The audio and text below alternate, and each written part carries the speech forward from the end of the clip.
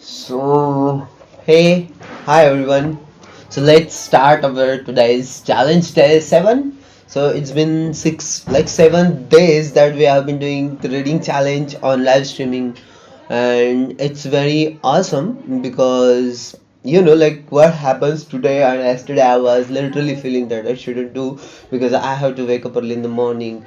I have to do 2 hours live streaming, and after that like reading 3 hours, and after that I have to work as well. So it's kind of it is taking my willpower completely. So what I'm trying to say here is that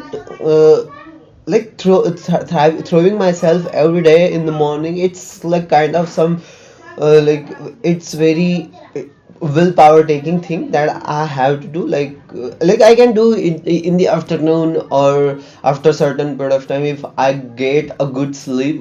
I can't say good sleep, earlier as well I was sleeping a 6 hour. Now as well I'm sleeping more now, 7 to 6, like between in that hours. But the thing is changed that I started waking up early in the morning. So it is not making me to wake early up in the morning. Like it is just like my mind is saying that you have to sleep because it's your routine that you have to be in that. So just because of that, like I was literally feeling that I don't have to read, I don't have to live stream. It's uh, it is just making me think like, oh, you don't need to do it right away, you don't have to do it, you can do it after 10 o'clock, 12 o'clock. But as I have decided, sorry for my sneezes.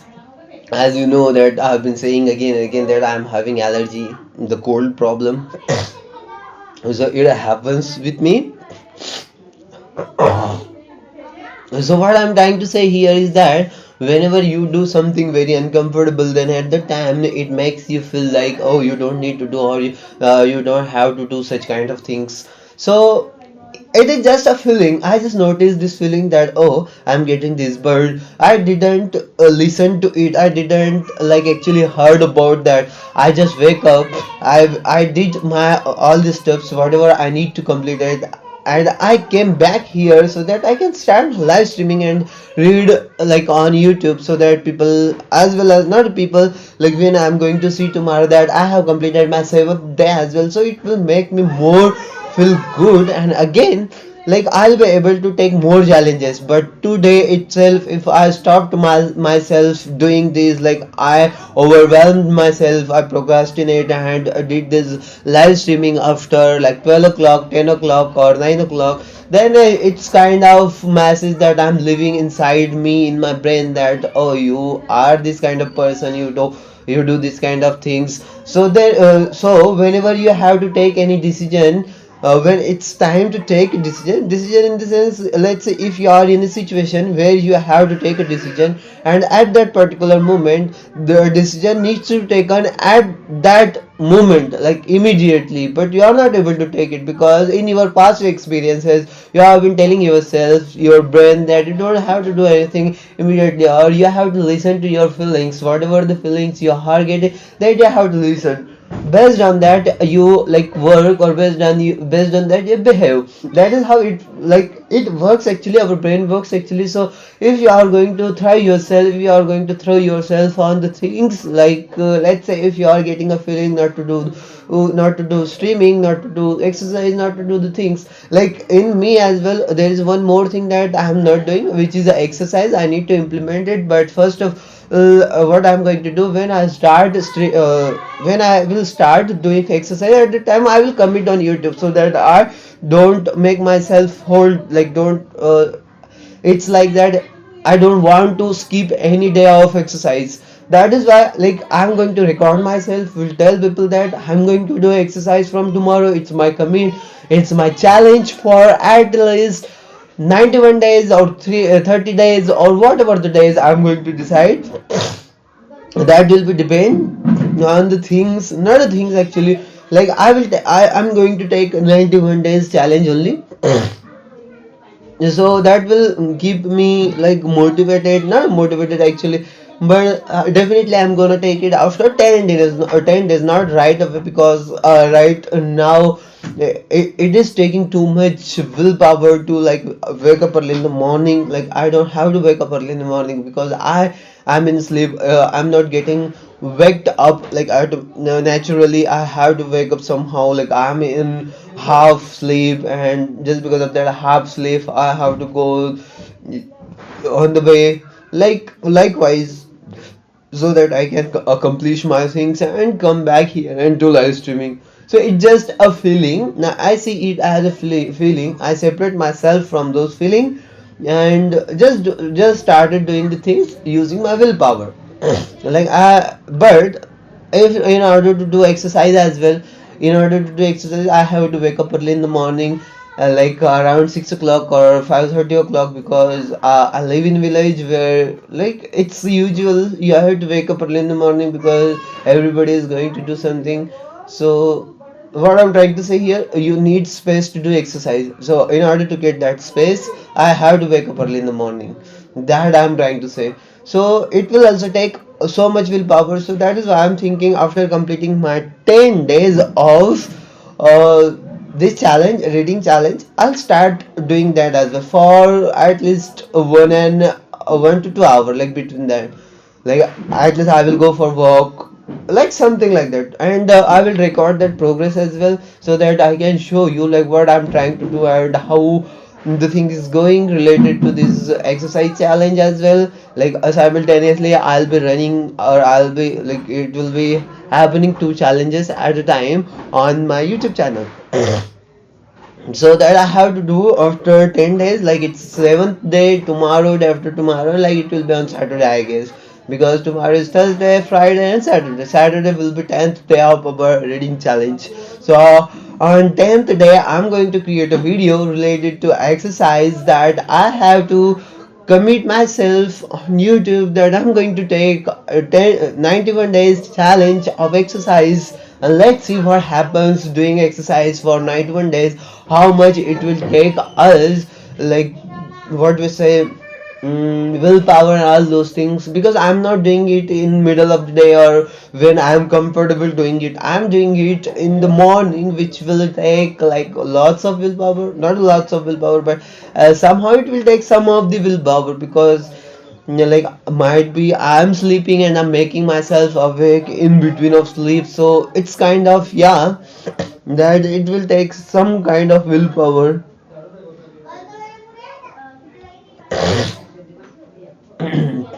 I'm good. I'm getting very much like very much, very much, very much.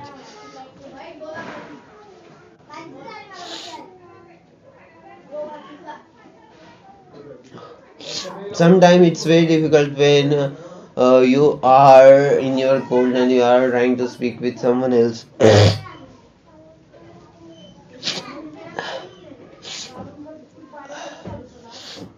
It happens. But anyways, let's start reading our challenge. Besides that, I have to say one more thing. Like there is one more challenge that I have to take related to learning editing skill on YouTube itself. Like these three challenges I'm going to take, and for editing challenge it will be kind of like a very, like I'm going to work only 2 hours on editing skills, 2 hour 1.5 hour, because like it will take too much time, because I have to work as well, read as well, do this streaming as well. 3 2 and 2, like it will be 7 7 hour, 3 to 7 hour. Yeah, so I have to consume my 7 hour early in the morning again. If I'm going to start exercising, then it will take 7 plus 2 9 hours. So somehow, oh, my streaming and reading is getting mixed up, so it is reducing my at least 1 hour. So it will be 6 hour, something like that. I'll try to do one more thing. I'll try to figure it out. Like I'll try to skip other things as well.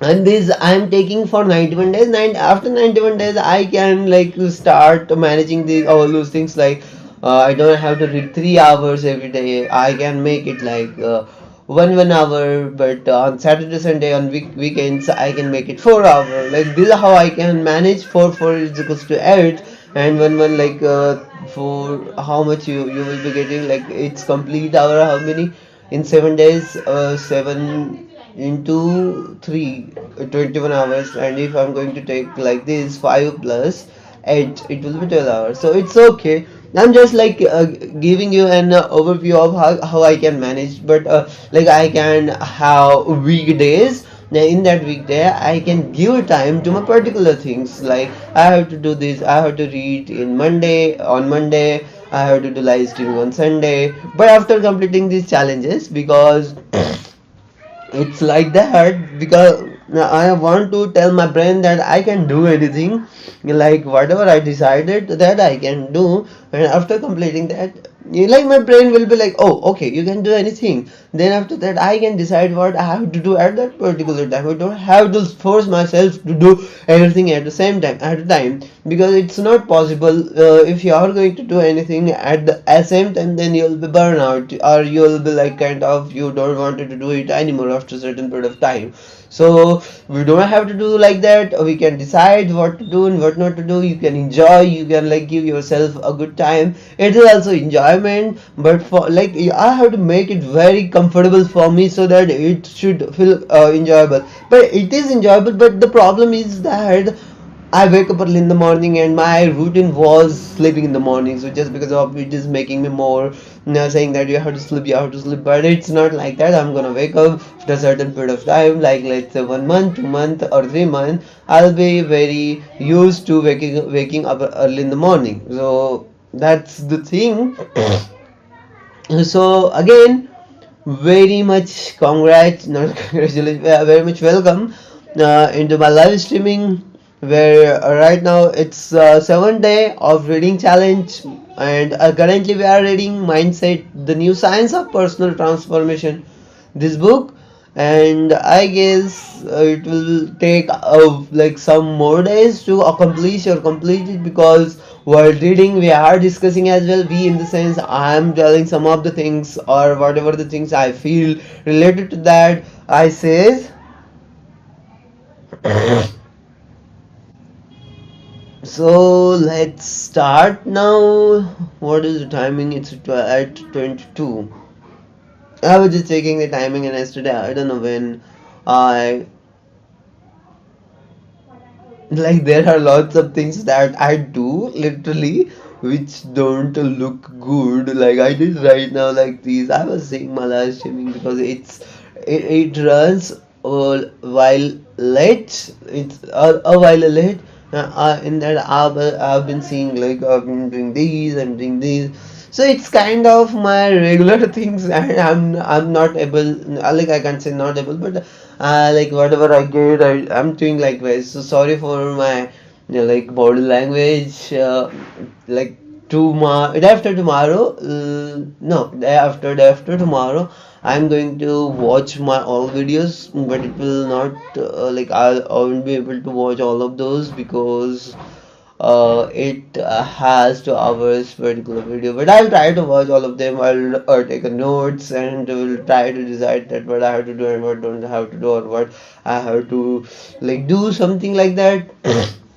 But yeah, that's it. But after this video I'm going to record myself, which will be complete vanilla in the sense I won't be having any editing, because right now I don't know how to edit.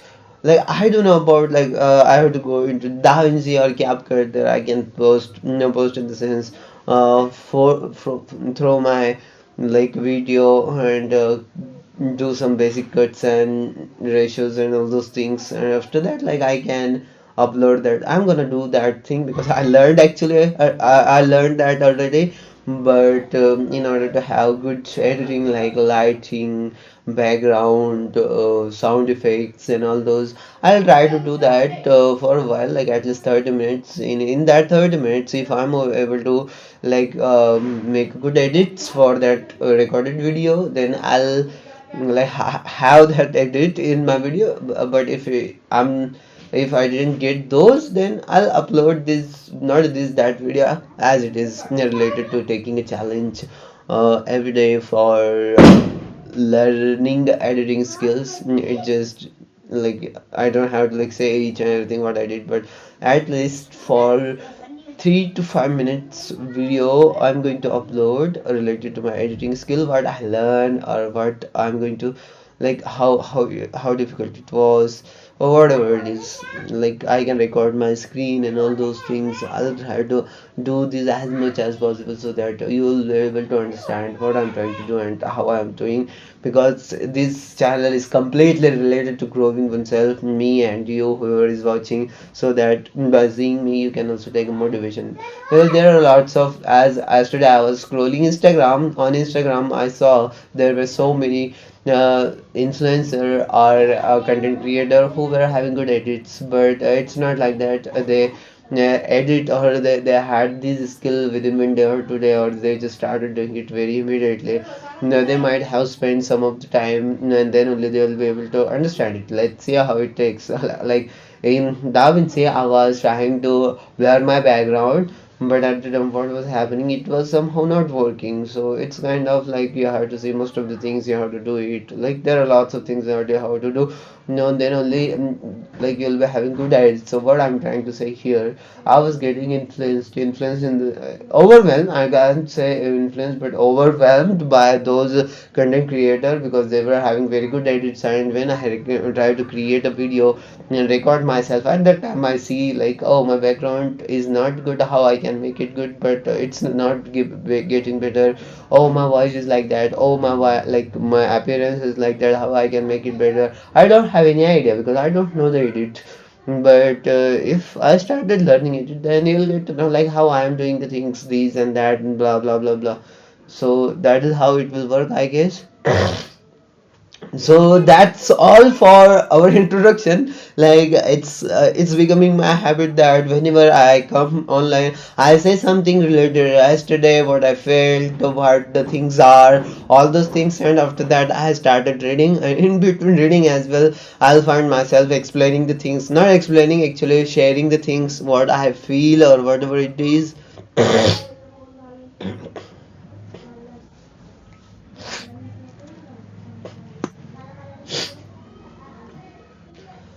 So let's start reading now.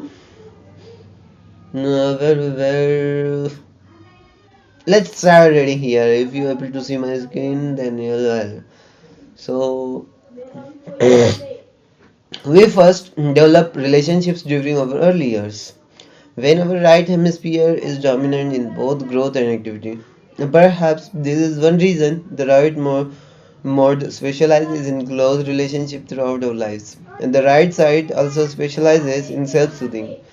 Babies use their left hand control the right brain for comforting, whereas the right tends to move or to explore the world. Brain imagine, brain imagine. Let me check its pronunciation.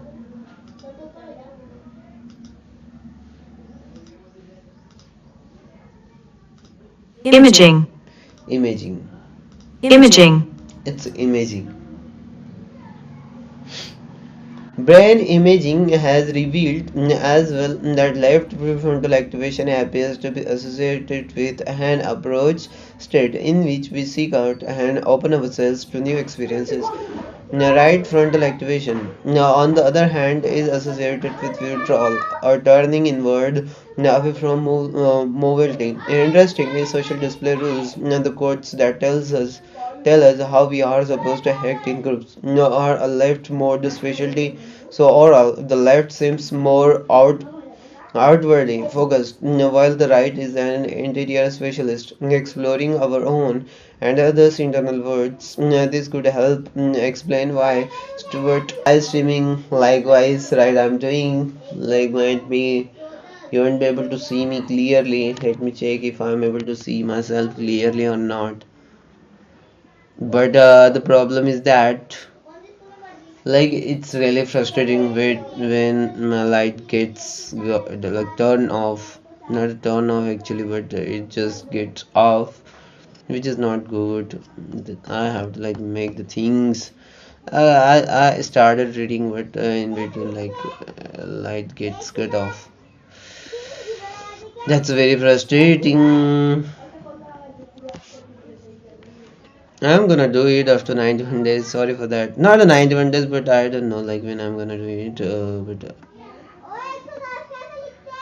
But I have to do that. It is also not getting small.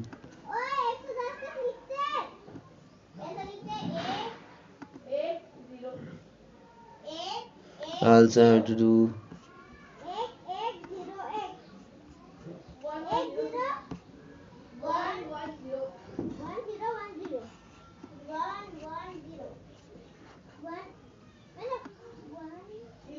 It is not getting small. It's kind of very frustrating.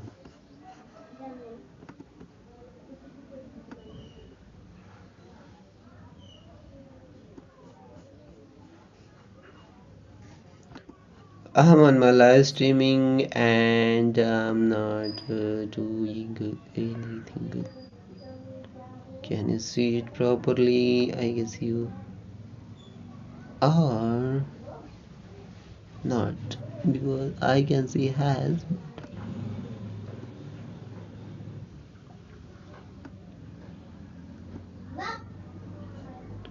in. Okay, now you are able to see it. Me, I'm here. Let me read it. You can also see the screen. But again, I'm gonna check one more thing here that if everything is fine or not. Someone joined and went. I don't know why.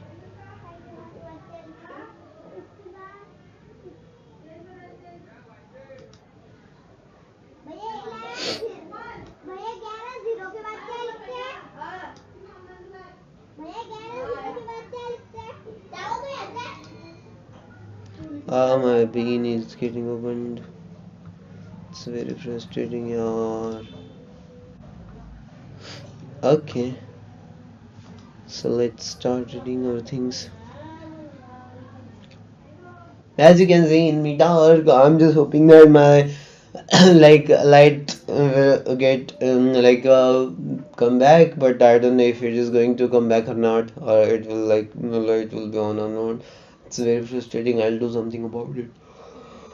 I thought that or today my light will be like okay, but it's very frustrating. Like I have to do something about it. Linkage with his left side linguistic enters, which would be needed to translate an interception into words, whichever the cause. Like any skill, focusing his mind and on his sensation would become easier with repeated practice. And I didn't want to let him get too frustrated. It was time to move on to another aspect of the right mode. We first developed relationship during our early years when our right hemisphere is dominant in both growth and activity. Perhaps this is one reason the right mode specializes in close relationships throughout our lives. The right side also specializes in self-soothing. Babies use their left hand, controlled by the right brain, for comforting, whereas the right tends to move out to explore the world. The brain imagine has revealed as well that that left frontal prefrontal activation appears to be associated with an approach state in which we seek out and open ourselves to new experiences. The right frontal activation, on the other hand, is associated with withdrawal, turning inward away from novelty. Interestingly, social display rules the codes that tell us how we are supposed to act in groups are a left mode specialty. So overall, the left seems more outwardly focused, while the right is an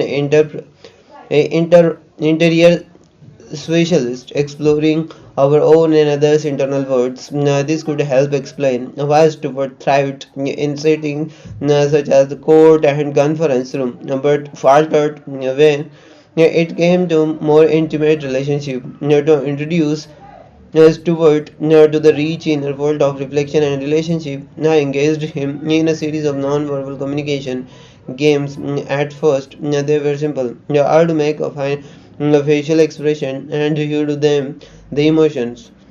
Sadness, fear, anger. Then I asked him to imitate my expression. He refused to try until I told him the reason for the exercise, and even then he could not do it. But after a few sessions, he got pretty good at intimidating me. For homework, I had him watch television shows with the sound off. This would engage his right hemisphere's non-verbal perception ability and perhaps bore his left hemisphere into relaxing, if not, or falling asleep outright. When we were together, I had to be careful not to engage him too often with my own left hemisphere. He loved explanation, asked me many questions about the research, and enticed me with fascinating stories about other topics. But we had work to do, and we had to meet right brain to right brain. When we engaged in non-verbal games together, it felt like this play was the brain food that Star had been waiting lifetime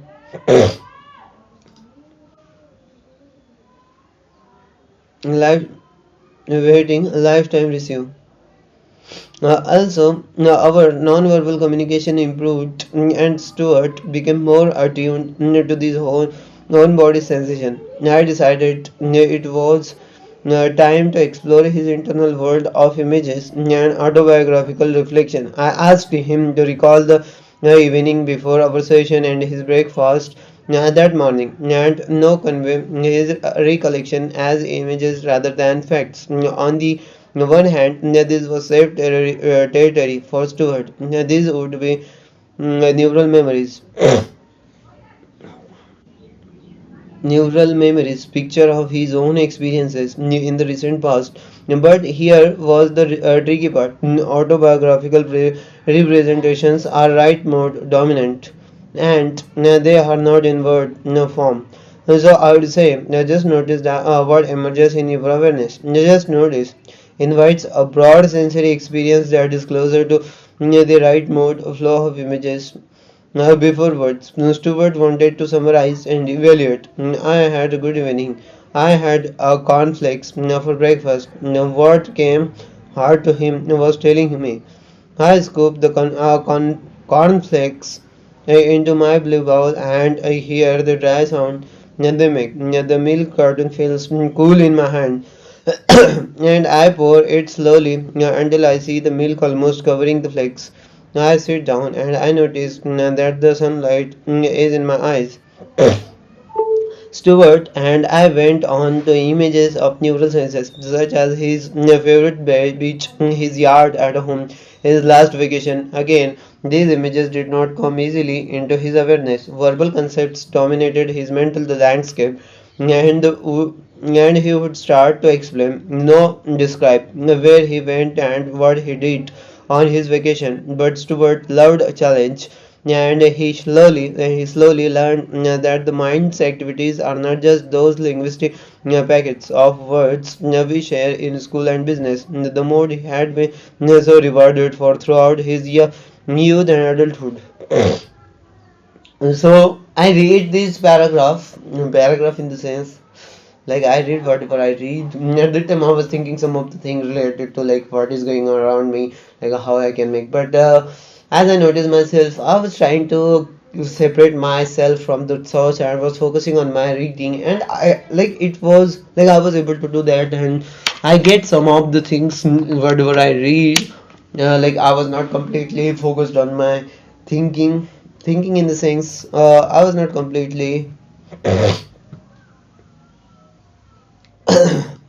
on my brain, like brain in the sense I was not completely thinking about that, oh, that is going on, what is going on, or whatever it is related to like particular things and all those things.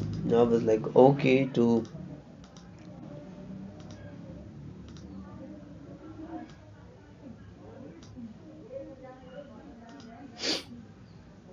my eyes are paining as well as because As I told you, my brain wanted to sleep like around 8 o'clock, 9 o'clock.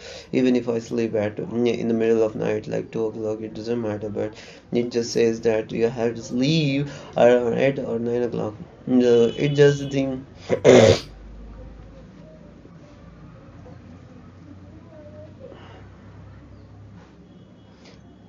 As it happens yesterday, that like my live streaming is going slowly now because of some like issue related to light, like it get turned off, and I'm not able to like see accurately myself, and my eyes literally paining lots of like I'm getting pain in my eyes.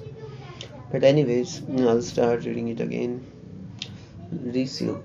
But we had work to do. We had to meet, reach right brain to right brain.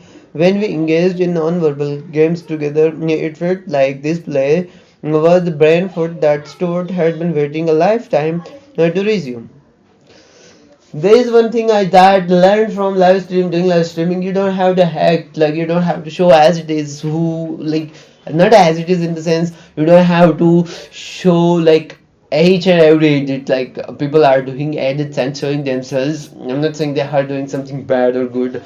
I'm just trying to say that in order to throw yourself on the things, if you really want to do the things, then just start recording yourself and don't care about your whatever you are doing, like you're waking up, you are sitting, you are doing like this, you are doing like this, or whatever, like whatever the things you think that it's not good, don't think about it, because after a certain period of time when you are going to watch yourself again and again, it will be okay, it will be like fine, you'll be able to like make yourself good. You see my hairstyle and all these things, like it's not good even though I'm here, because it doesn't matter now for me, because the matter is only improving myself and I'm improving.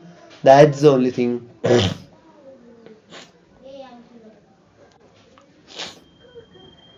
My eyes paining. Oh. Sometimes what happens as well, there are lots of things or thoughts that comes to our mind. Let's say right away I was getting on thought of seeing my YouTube or another channel, like how it's going on live, like is there any views or subscriber I get, like I can see here as well, but the thought is coming and I was like about to act on that. So this is our tendency, so to avoid that, what I did, I just made myself to write down whatever I'm going to think. I'll do it on Saturday or Sunday, because I'm not going to have time today. So I have made myself convinced that if you want to do the things, do it on Saturday, Sunday. That is how you are going to be like utilizing your time.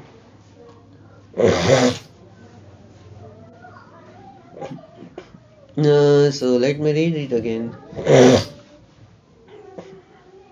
As our non-verbal communication improved and Stuart became more attuned to his own body's sensation, I decided it was time to explore his internal world of images and autobiographical reflection. I asked him to recall the evening before a procession and his breakfast that morning, and to convey his recollections, as images rather than facts. On the one hand, this was safe territory for Stuart. These would be neural memories, pictures of his own experiences in the recent past. But here was the tricky part. Autobiographical presentation are right mode dominant.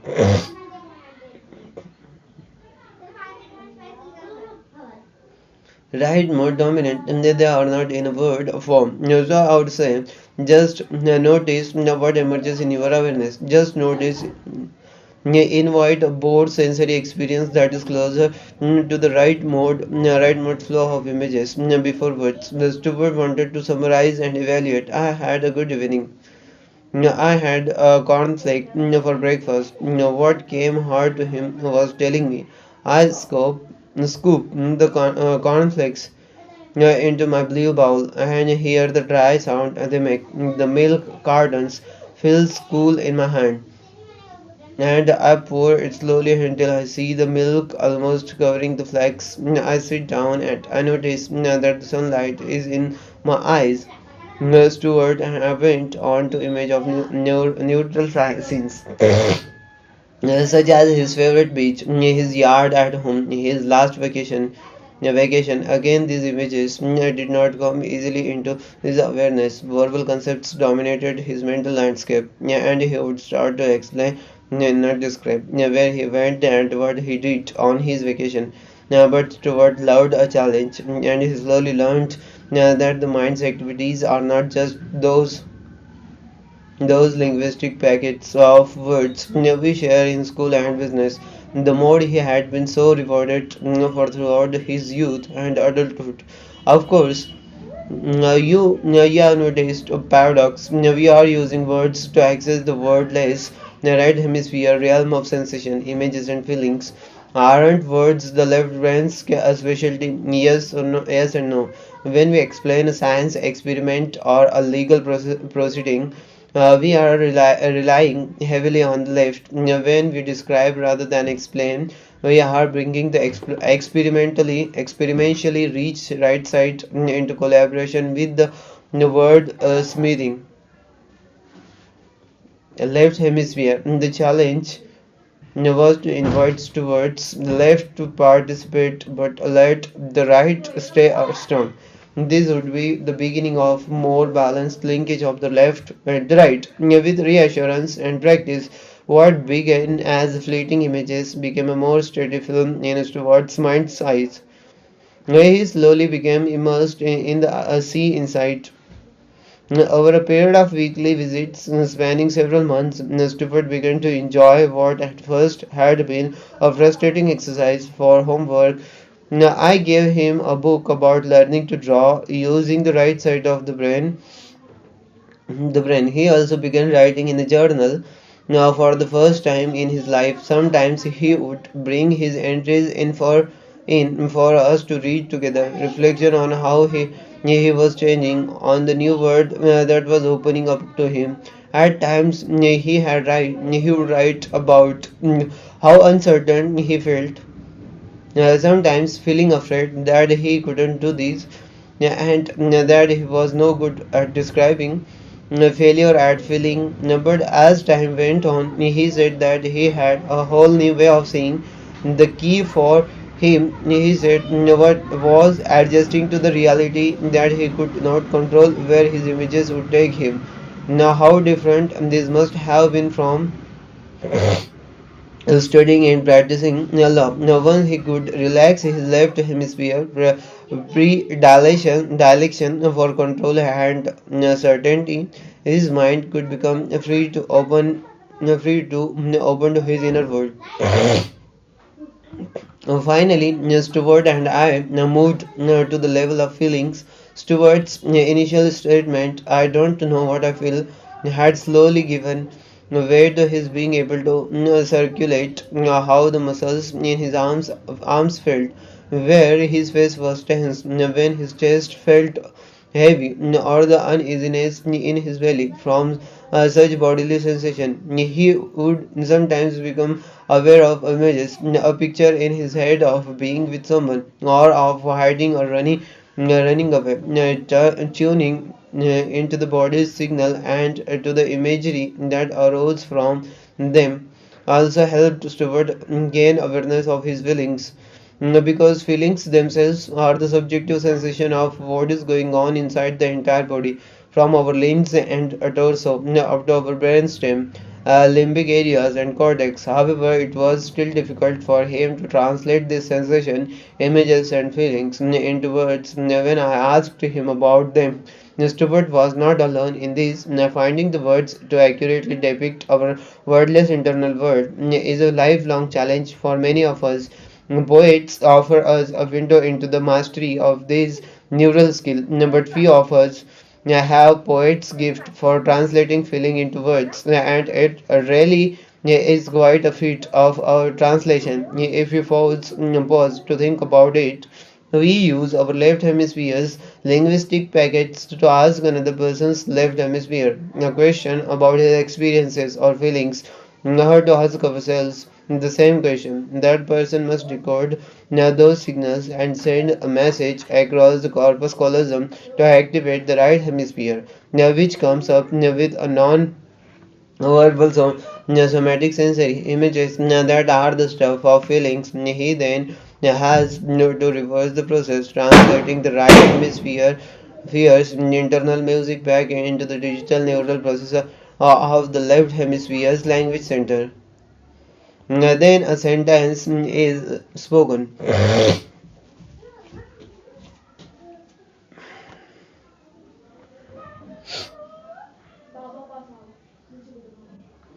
Journal back into the digital neural processors of the left hemisphere language center. Then a sentence is spoken. Amazing.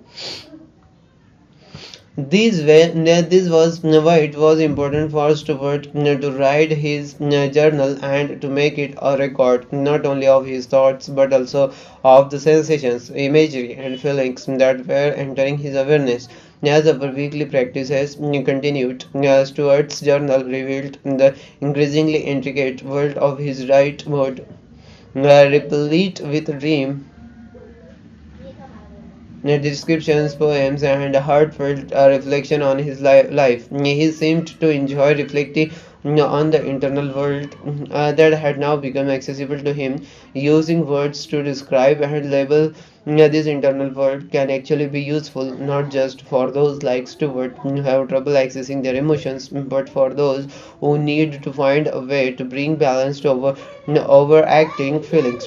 Such people have an excess of right mode flow without enough linkage to the left versus towards excess of left mode activity without enough linkage to the right, and may suffer from emotional dysregulation and chaotic outbursts. They can become overwhelmed by fragmented photographical images filled with bodily sensation and awash in emotions that overwhelmed and confused. For these people, balance entails gaining some mental distance in the sanctuary of the left mode, since the right hemisphere is more intimately linked to the emotion generating subcortical areas. We can see why raw spontaneous feeling is more fully and immediately felt in the right mode, and why it makes sense that linking the right and left modes through the left hemisphere function of language might bring about the necessary balance. And indeed, studies done by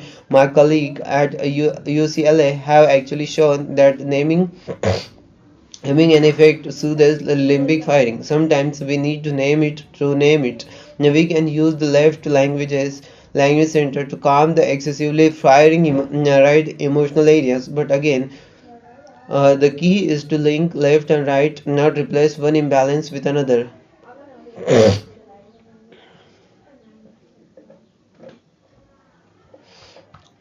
One day, Stewart mentioned that his oldest grandson had broken his leg skiing. I recall the early session when he had told me about his older brother's skiing accident, and I wondered if he had some unresolved emotions about it, which he might be open to discussing.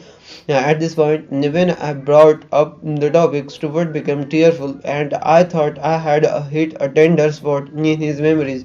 As I said that perhaps the event was still quite raw in his mind. Stewart shook his head. No, that's not it. He said, no, wiping a tear from his cheek.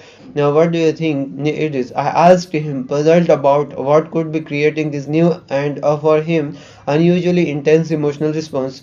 It's not about my brother or about the accident, he said, now looking straight at me. It's that I can't believe you remembered what I said months ago. No, I can't believe you really know me. No, we sat in a powerful silence, looking at each other. I felt his presence in a way I had never experienced with him before. We talked about that sense of connections between us and about some other things on his mind, and a session ended. When he rose from the chair, he came over to me and shook my hand, and then brought his left hand to cover our clasped right hands. Thanks. He said, "Thank you so much for everything. This was good, such a good session. I can't really put words to what happened, but half a year into therapy, there now seemed to be a we in the room. If we had had rain brain monitors on hand, I think they would have picked up the resonance between us. Just as Stewart had been moved to tears at realizing that his mind was in mine, I felt deeply moved by feeling for the first time that mine was his. There was a deep and open connection between us, straightening, strengthening synaptic integration. My is literally paining. I don't know why.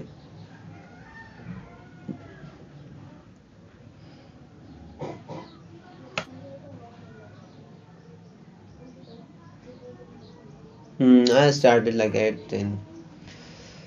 A cascade of positive effects seems to emerge spontaneously when integration has been initiated. It's like the old physics idea of pushing a ball up a hill to get it rolling down the other side. It takes considerable effort and deliberate attention to move beyond the initial ingrained non-integrated state to push the ball up the hill. This is the intentional work of change, but ultimately the emerging mind takes its natural course toward integration, and the ball flows effortlessly down into the valley of coherence. Valley of coherence. Integration is the mind's natural state. In the beginning of our work together, I had thought I would need to cultivate empathy hints towards step by step, starting with the basic of taking in others' emotional communication and then responding compassionately. Before he could make mindsight maps of others' minds, he would need to learn how to open up to resonate with their emotional states and then how to access those states in himself. But I realized in retrospect that we had already worked on those basic building blocks. Our focus on his bodily sensation built into introspection, reflection, and journal writing opened his awareness to feelings, and imagery work strengthened his ability to attend to non-verbal experiences. These essential elements of empathy are all forms of integration. Once we got the ball rolling, Stuart's wonderful and now eager mind was ready to do what it was born to do, to connect with others and with himself. 9 months after our first meeting, I received a call from Adrian. As yesterday, I was saying it again and again today. Adrian. Now I'm able to pronounce it again. Adrian. Adrian. Yeah, Adrian. She asked me if I had given Stuart a brain transplant. She told me she was stunned at how tuned into her feelings he had become, and that they were happier now that they had ever been. She wanted to share what had happened the night before. She was standing next to Stuart as they said good night to a guest, and she put one hand on his shoulder. In the past, he would have stiffened a bit or moved away, but instead he said, "Wow, that's feel good. That feels good." Then he actually let her give him a shoulder massage for the first time in 62 years of marriage. The next time I saw Stuart, he reflected on how important Adrian was to him. He had come to understand that his parents' coldness must have been so painful that he just retreated into his schoolwork, then into his profession, and lost touch with others and with himself. When Adrian was ill, he pulled away even further. Now he could become aware that the fear of losing someone who had loved him for so long had felt unbearable. Now we began to work in a therapy on facing life's fragility, of learning how to care deeply, and come to accept that we cannot control how our lives, our relationships unfold. I know it's easy to hide in books. Stupid had written in his journal, but they just don't feel as good as love. Without my mentioning it, Stupid brought up the moment when Adrian touched his shoulder. Now I think I just ever wanted to feel that I needed her. It was just easier for all these years to not need anyone. How hard this must have been for her, and I am so grateful. She stayed with me all this time. She said she liked massaging my shoulders, even if it took me two-thirds of a century to say yes. As for Stuart, the twinkle in his eyes said it all when he told me that the message felt great. A year after our last session, as he approached his 94th birthday, Stuart sent me a note. I cannot tell you how much fun I'm having. Life has new meaning now. Thank you. I thank him for teaching me, for teaching all of us how resilient our integrative brain can be. So what I understood from these, earlier, Stuart was not able to connect with people, but now he's able to connect. And the thing is that the practice or deed is related to brain only, like right brain and left brain, which I need to read it again so that I can completely understand. So how my approach is at least I read three times. First, I read it very randomly in the sense whatever I'm reading right now, I sometimes I don't see the words, sometimes I don't see the meanings. I see the pronunciation because the basic purpose of reading first time is completely reading it accurately like a sentence, like what does it mean. But I just don't try to understand each and everything. Like I don't try to grab everything. Second time I try to understand it more because as I have already read the book itself, so next time when I read it, then it just make me feel more understandable about the things that I'm reading, or the books that I'm reading, or the thoughts or the paragraphs I'm reading. I feel that I'm getting most of those. So this is how I read. And in third time, like I guess, like I get all of the things that I'm reading. So this is how it works. Still, I'm getting sleepy, like literally too much sleepy. I don't know why. Even I sleep like 7 or 8 hours. But as I told you that I like to sleep a little in the morning, so might be just because of that.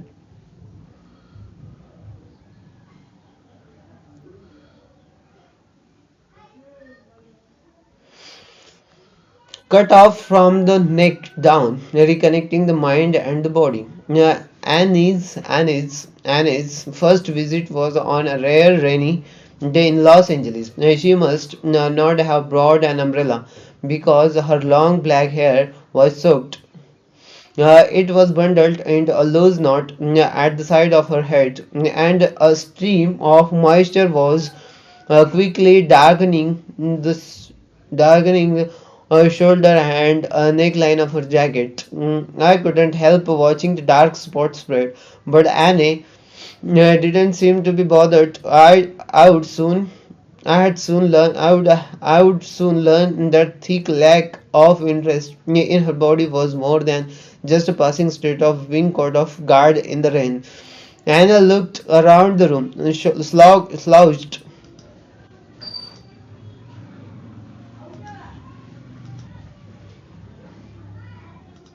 Slouched.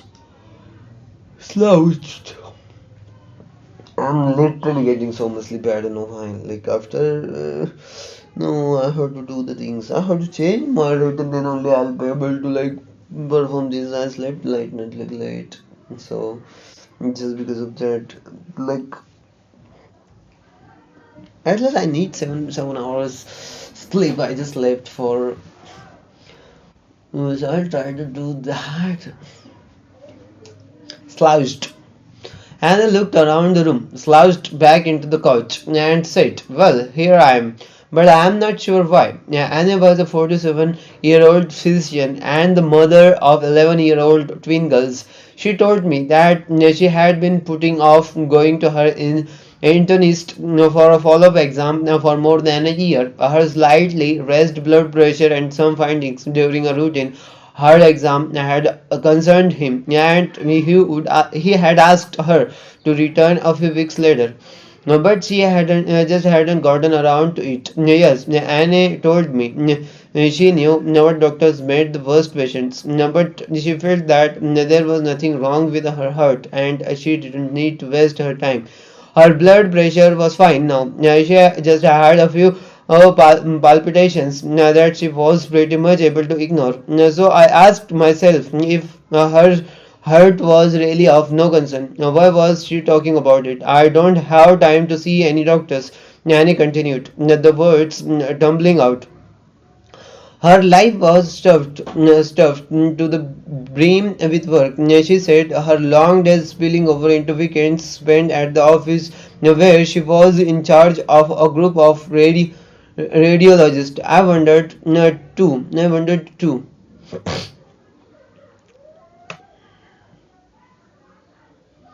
How she had made time to see me and why she should really come. Anne looked lost, and behind her eyes there seemed to be a distant sadness, a kind of longing or longing. Longing. Longing, a kind of longing for something she couldn't find. My own right mood was filled with a vague sense of pain, but at this point I couldn't place it, I couldn't name it.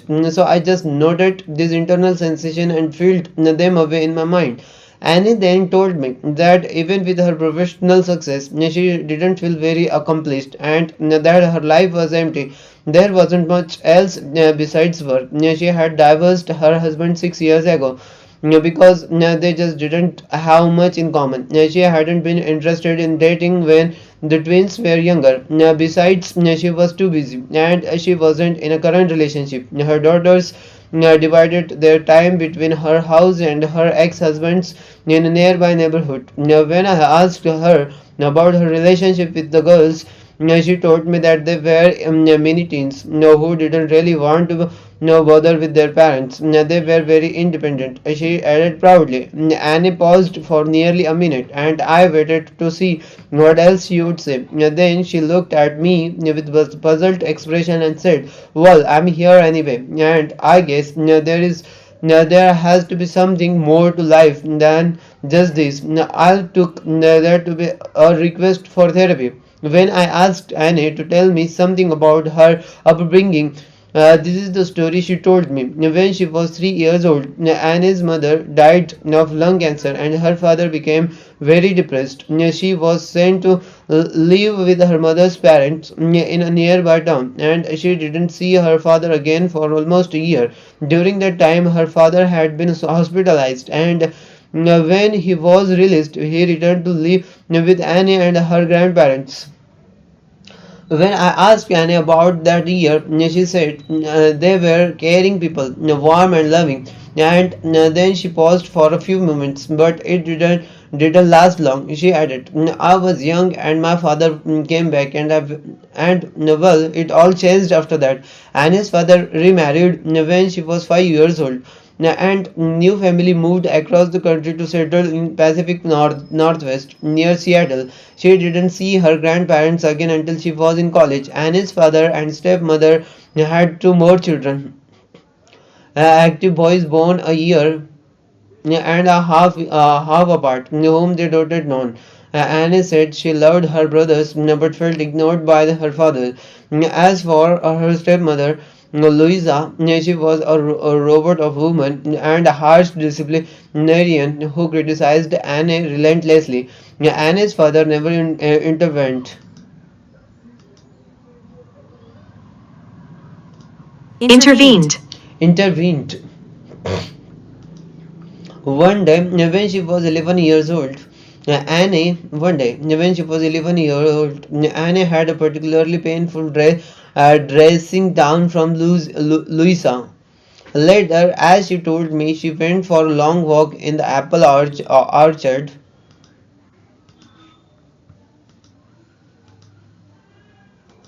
Orchard. In the back of their house, she remembered making a decision. She promised herself that she would never feel anything again. As she told me this, her face grew even more vacant, and she drew her index finger straight across the front of her throat. It was the gesture most people would recognize as "it's over" or "off" with his head.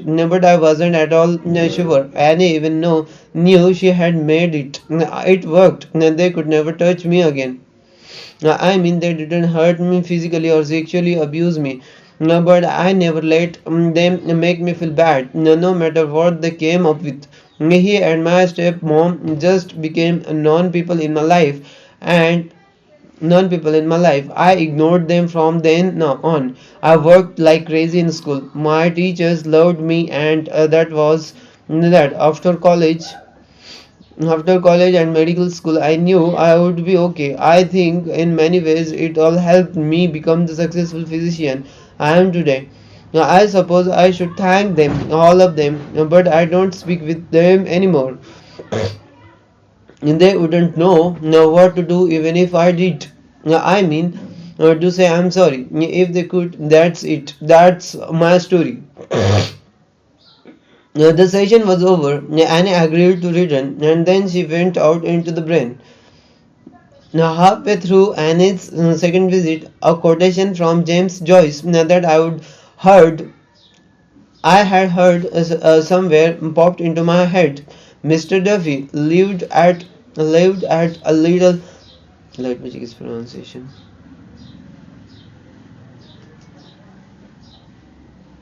lived, Lived at a little distance from his body. It was in the way she moved, the stiffness of her gait, the way she held her hands motionless in her lap. Her throat cutting gesture stood out even more in retrospect. It was also emerging from her account of limited, rigid inner life, lived only above the shoulder.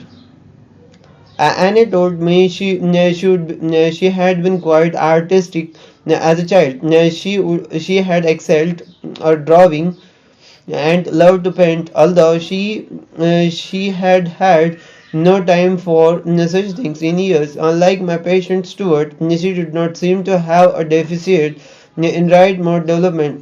This was suggested by her artistic abilities and the fact that during her recounting of her personal history, it was clear that she was aware of and able to articulate autobiographical memories in great detail. Our specialty of the right brain. Moreover, sitting with me in the office, she expressed herself well non-verbally, making good eye contact and varying her facial expressions, and a tone of voice as different issue came up, which are other signs of right mode development.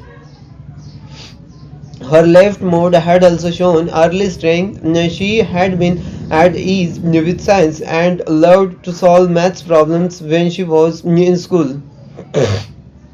Her success as a radiologist supported my impression of at least some degree of horizontal integration. Her profession required combining the spatial pattern recognition of the right mode with the clinical mode of the left. In our initial interview, Anne had spoken only briefly about her reaction to her mother's death. She died. I was young, and I don't know what I would do without her. This confusion of past I was and present tense I don't is a window into possible issues of unresolved grief, and I don't know what I would do without her. How her mother's I thought about how her mother's illness must have affected their relationship even before they died. How confused and frightened a toddler would be by her mother's inability to care for her. She had also experienced the sudden loss of her father, who disappeared and later returned, only to remain distant, and then she was taken away from the grandparents who had cared for her lovingly for 2 years. Next, there was Anne's decision. As an 11-year-old, never to feel anything again. Anne spoke of this as a turning point in her life, in her young life. As I asked questions about her current experiences, the cut off from her body became clearer. Anne ate to live and took little pleasure from food. She said, matter of faculty, that she had never been a particularly sexual person. She had never been involved in sports and she had no physical fitness program. She disconnect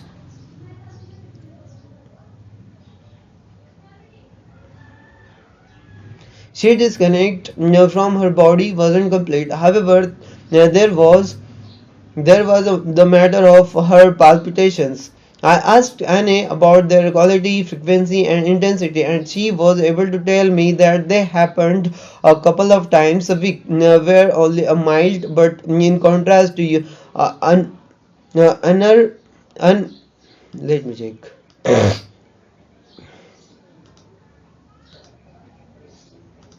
unnerving, Unnerving.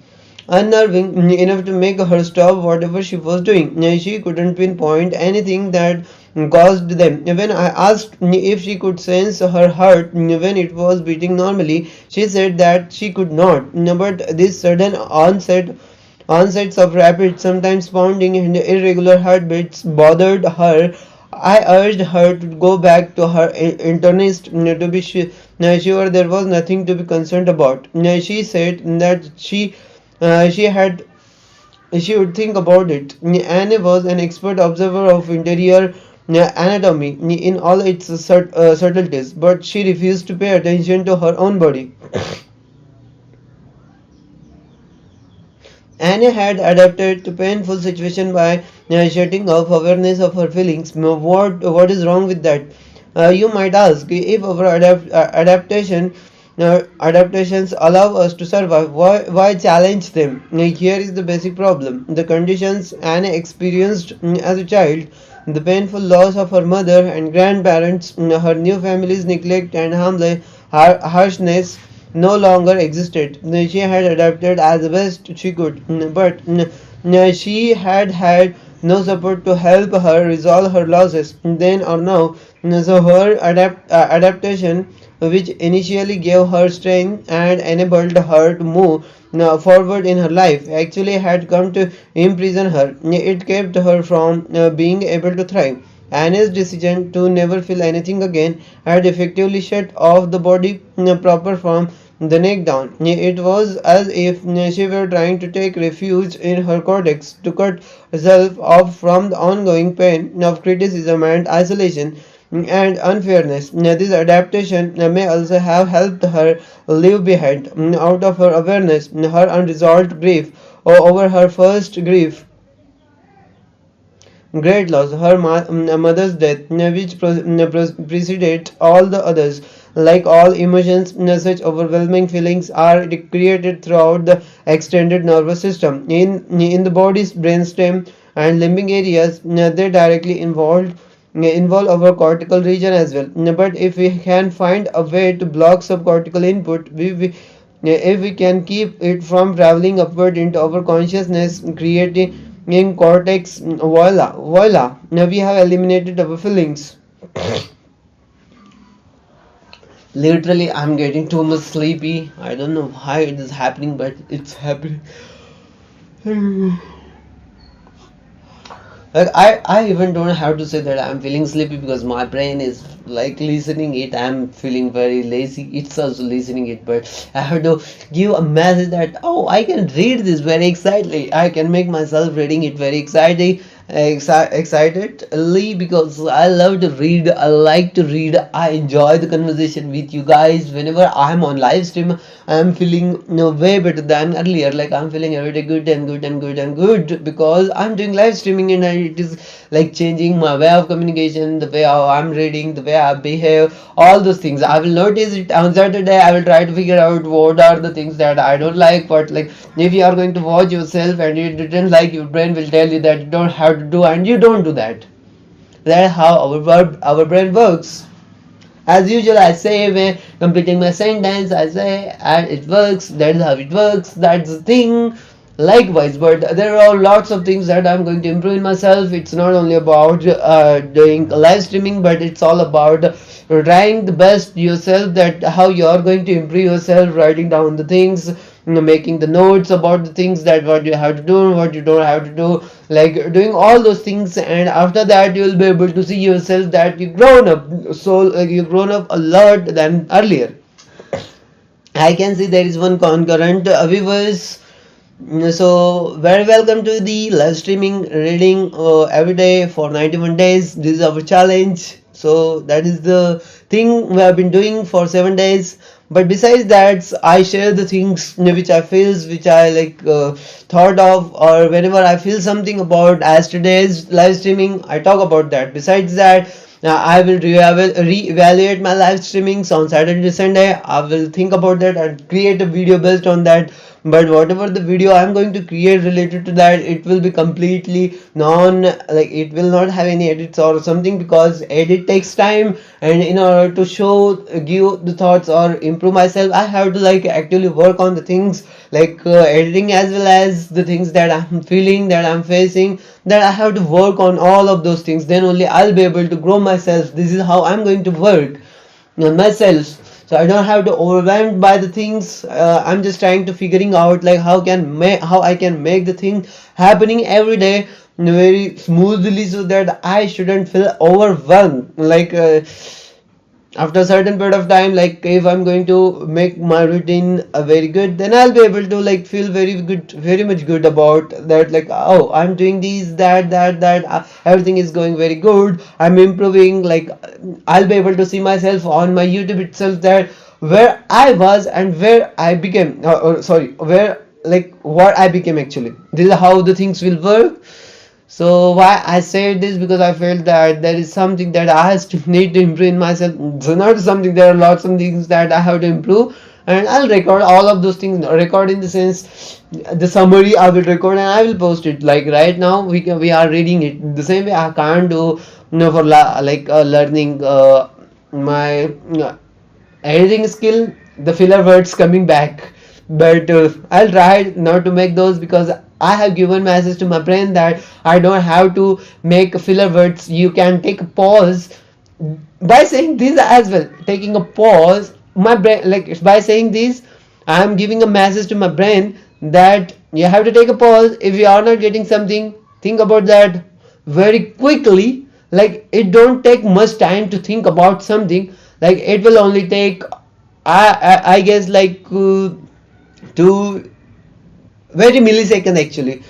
As of now, you can see that when I'm not able to pronounce, when I'm not able to make a sentence, at the time I was taking a pause, and in that pause my brain was calculating, evaluating the things what I have to say next. This is how my brain is working.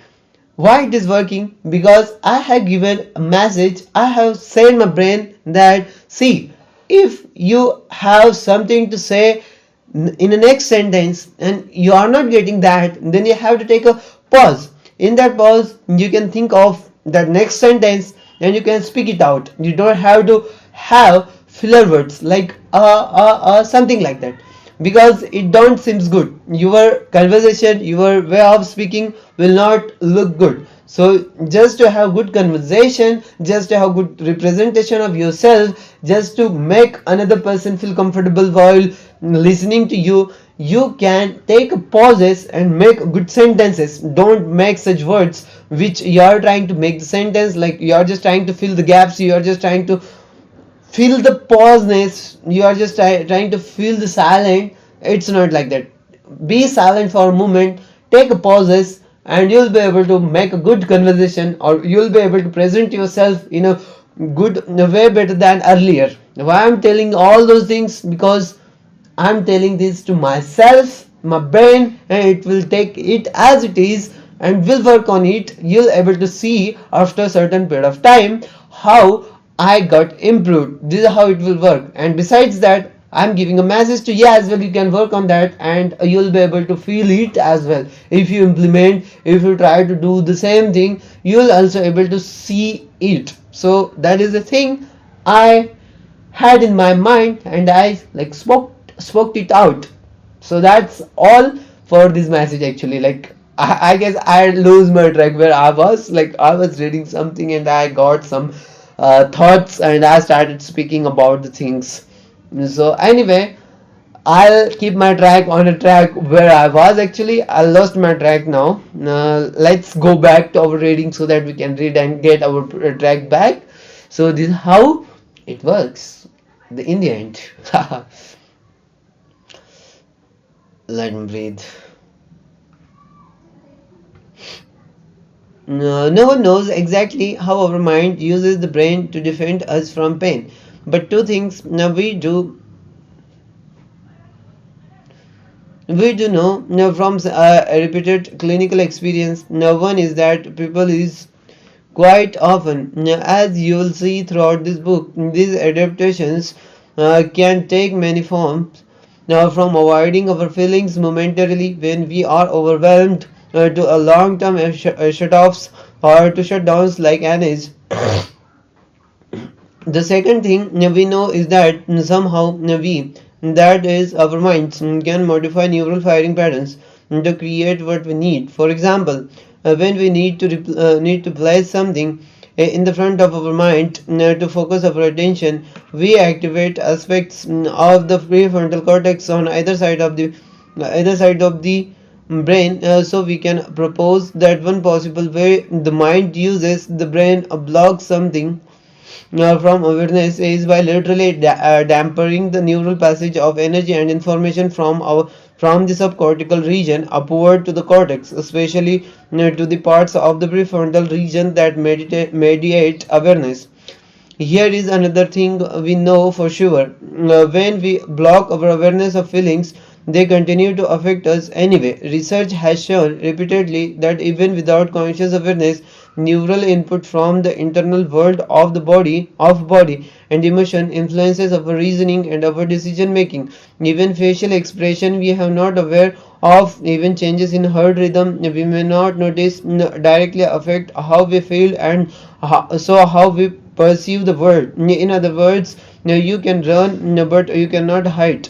Colleagues of mine at UCLA have recently demonstrated that the pain of social rejection is mediated in an area of the middle prefrontal cortex that also registers physical pain from a bodily injury. This area is called the anterior circulate cingulate cortex anterior cingulate cortex, and it saddles the boundary between our thinking cortex and our feeling limbic regions.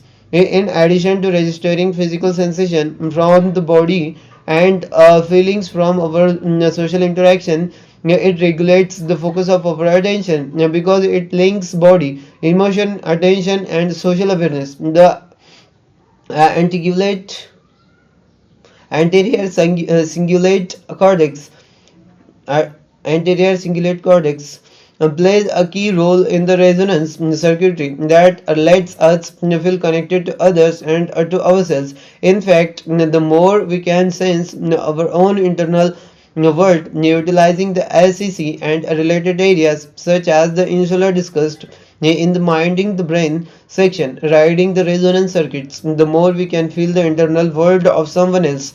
These research findings give us a new way to think about Annie. Our young mind would have been as driven to obliterate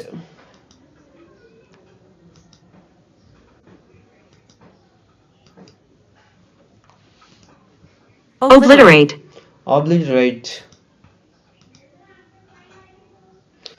These research findings give us a new way to think about Annie. Her young mind would have been as driven to obliterate the chronic pain of loss and rejection as she would have been to escape physical pain. If she could shut down the activation of her anterior cingulate cortex, anterior cingulate cortex, perhaps he could eliminate the awareness of her pain. Standing in the apple orchard, Anne had found a way to exclude that pain from her conscious experience. The problem is, you can't eliminate bad feelings and keep the good. If you block lower input from reaching the anterior cingulate cortex and the insula, you have blocked the source of emotion from reaching awareness. The result was a dead-end emotional life and a cut off from the wisdom of the body. The insula and anterior cingulate cortex also appear to work together to create an overall self-awareness, something that seemed to be impaired in Anne as well. Brainstem signals, pay attention, fight, flee, or freeze. We gain access to the body's wisdom through interception. which literally means perceiving within. Try pausing for a moment.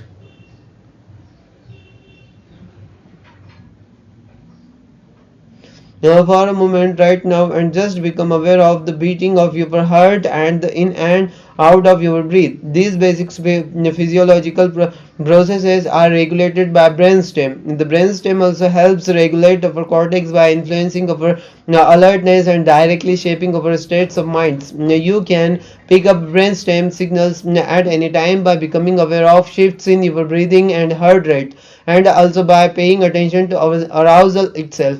Think of time when you realize you are feeling drowsy.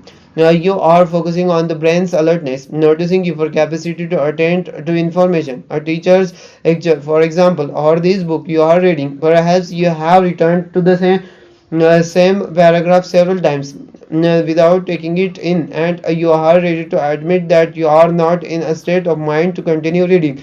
You then choose how to respond. Should you have a cup of coffee or splash cold water on your face to try wake up, or should you just take a nap?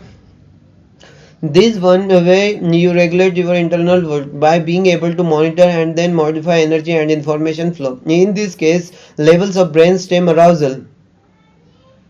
The brainstem also works with the limbic area and cortex to assess safety or danger. When our threat assessment system tells us we are safe, we let go of tension in our bodies and our facial muscles relax. We become receptive and the mind feels clear and calm. But with an assessment of danger, the brainstem, along with the limbic and middle prefrontal areas, activates a decision tree. If we think we can handle the situation, we enter the fight or flight state of alert. This in turn activates the sympathetic branch of autonomic nervous system. Now our heart begins to pound as the body readies for action. Adrenaline pours into our bloodstream and the stress hormone cortisol is released. Our metabolism is prepared for the energy demands and ahead. On the other hand, if we believe we are helpless, that there is nothing we can do to save ourselves, we freeze or collapse. Researchers call these the dorsal type, referring to the portion of parasympathetic branch of the ANS that has been activated. This response goes back to our earliest evolutionary ancestor, and it's thought to have a real benefit for an animal that is concerned by a predator. Collapse simulates not death. So an attacker that eats only live prey may lose interest. Blood pressure drop precipitously in a freeze state, which could also reduce blood loss from wounds. In any case, it makes the animal or person fall limpy to the ground as they faint, which maintains precious blood flow to the head.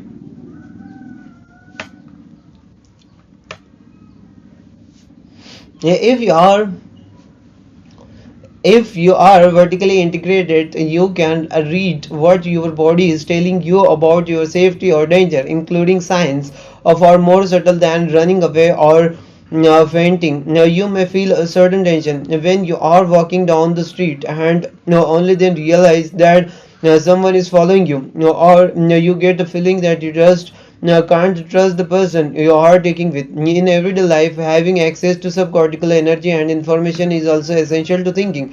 Being aware of these subcortical impulses enables you to know how you feel, alerts you to your needs, helps you prioritize your choices, and then moves you to make a decision. This is how gut sensations or heartfelt feelings help us live our lives fully. Since Anne had a little interoceptive awareness, these subtle signs of safety and danger or a threat were probably muted or missing from her awareness as well. But even without awareness, these threat states, this brainstem medi, medit, mediated,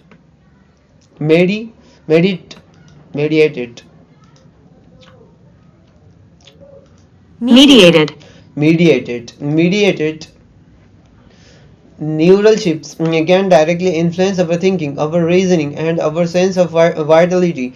Someone can be ready to fight, vigilant for danger, or depleted by a sense of helplessness without knowing why. I thought Annie's palpitations might be in some way related to internal stress states.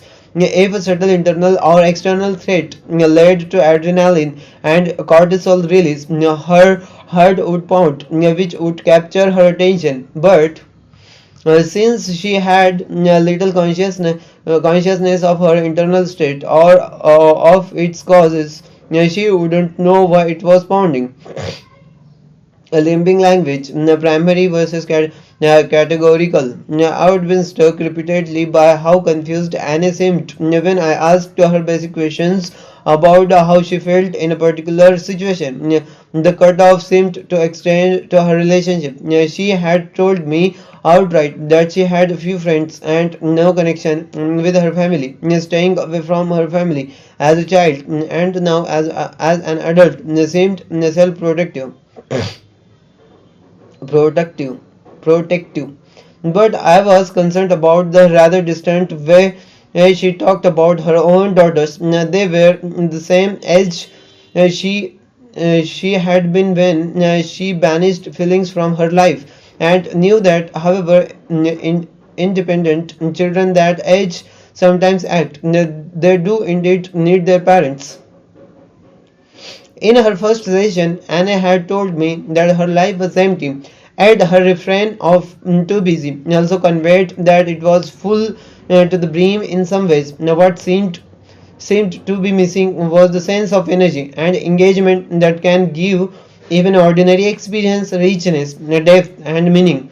To open the channels of vertical integration in Anne, to bring the signals of her body, the brainstem, and limbing areas up into her cortical awareness, I first needed to open the doors of emotional communication between us. But when we talk about emotional communication, what do we actually mean? If we focus only on the easily named and universally recognized emotions such as anger, fear, sadness, disgust, excitement, happiness, or shame, we can miss the real richness of our minds, the realm of what I call primary emotion.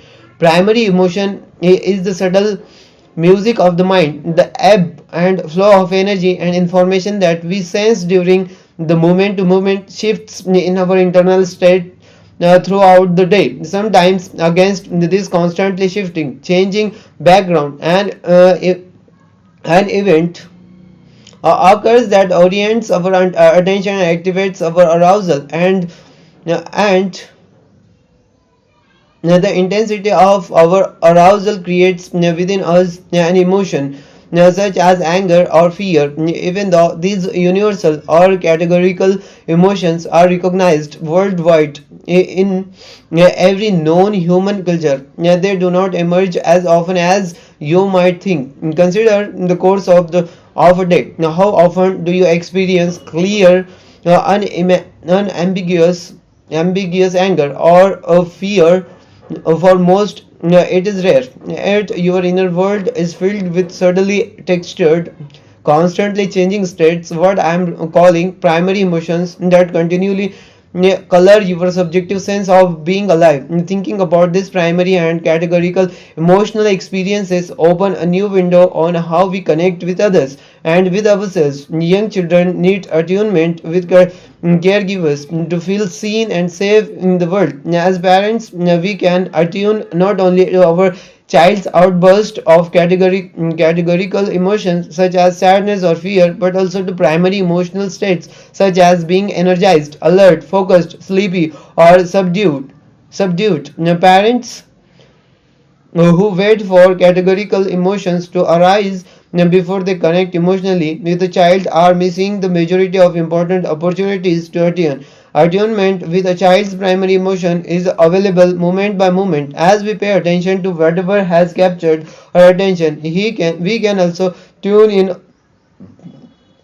to our child's internal world by noting her levels of arousal. Is she engaged or depleted, lively or subdued? Having this primary emotional tunement to our children help helps them feel deeply connected to others. As we resonate with them, they feel a part of large we.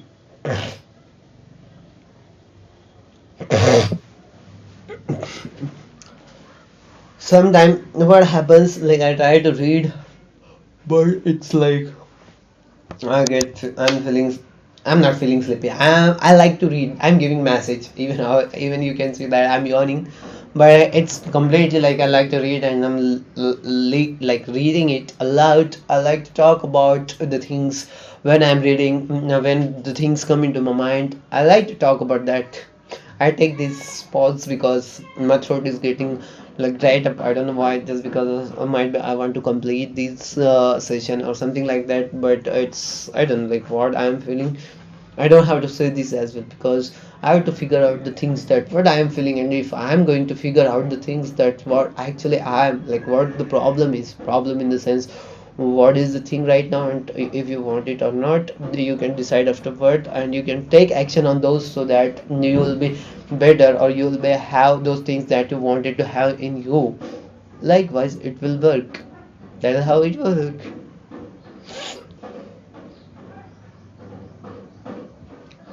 Learning to track internal states. To become aware of our primary emotions is a refined skill that begins when we are children and continues throughout our lives. Sensing this internal flow of energy and information is the essence of mindsight. As we first learn to pay attention to this flow, through the attention our caregivers pay to us, we enter the world of knowing the mind. But Anne was not given the opportunity to learn how to sense her internal world from a safe, secure place after losing her mother and her grandparents. She, like so many of us, had to find a way to cloud her mindset lens so as not to see her inner world. She learned to live a life devoid of meaning. Sometimes like I'm not able to, not able, like sometimes I don't do like this, like, or I don't dictate the things. Dictation, this is dictation, right?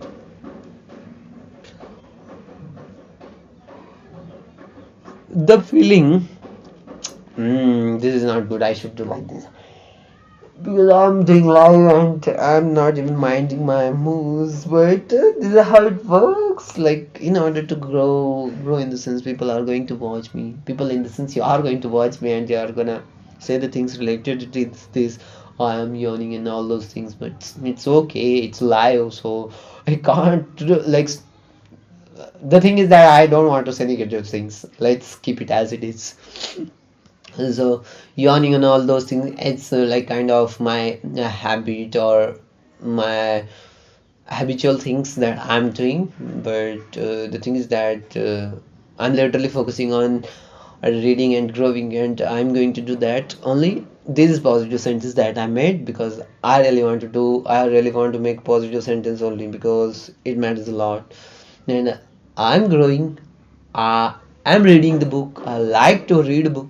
That this is how you might be thinking like what I'm saying, but this is how it works. My eyes and all those is paining. Meaning is literally shaped by the limbic regions appraisal process, the continual and immediate sorting of experience into relevant or irrelevant, good or bad, approach or avoid. This along with input from our middle prefrontal cortex helps create the meaning of events in the brain. Meaning has a feeling to it, and establishing vertical integration for Anne would allow her to become receptive to this texture, a sense of significance become coming from the inner world. The cortex, especially in the frontal areas, can create abstract representation without input from the direct experiences mediated by the subcortical areas of the extended nervous system. We can think of the word flower, but never sense the flower's aroma. We can we can paint that flower on canvas but never lose ourselves in its texture and colors. Even right mode visual spatial images can be sterile when devoid of access to subcortical input. There are musical virtues who live audiences could literally scholars who are unmoved by the poetry they write about a physician who diagnose but cannot connect with their patients. Integration requires openness to allow the many layers of our inner world to enter our awareness without rigid restrictions. The words themselves are abstract representations that emerge like outlines from a sea of associated meanings. Take, for example, the word daughter. If I say daughter to a young woman who is just heard the news that she is pregnant, and that word will intimate a cascade of association and responses. All sorts of beliefs may emerge. Daughters are fun. Daughters fight with their mothers. When prefer sons will the pregnancy bring all the joys of her own relationship with her mother, or the pains of disappointment and confusion, washes of sensation may fill her mind until she feels overwhelmed, unclear, cloudy. Maybe having a daughter would not be so good. Maybe she would be a better mother to a son.